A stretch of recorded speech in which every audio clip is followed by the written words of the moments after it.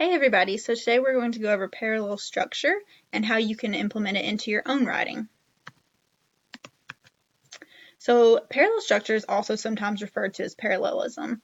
It's a device that writers use to show that two or more ideas are equal in their importance. To do this, writers use the same pattern of words to show that relationship.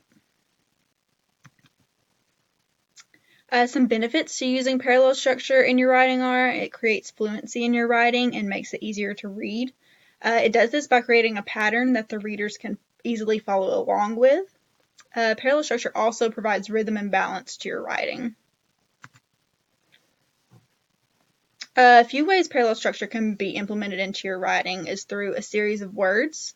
The example we have here is she wanted three things: money, power, and security.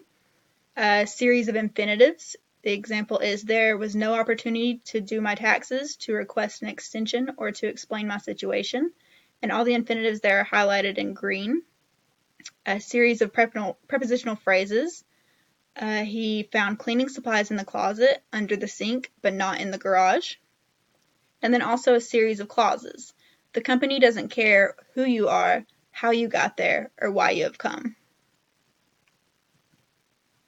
So the mentor text we have to look at here is We Real Cool by Gwendolyn Brooks.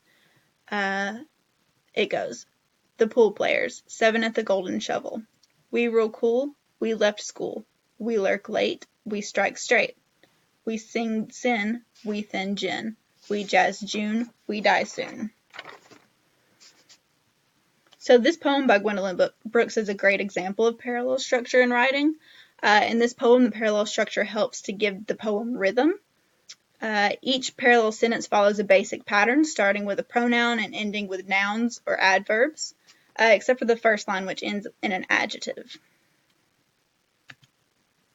So now it's your turn. I'd like for you to write your own short poem using the same structure as We Real Cool.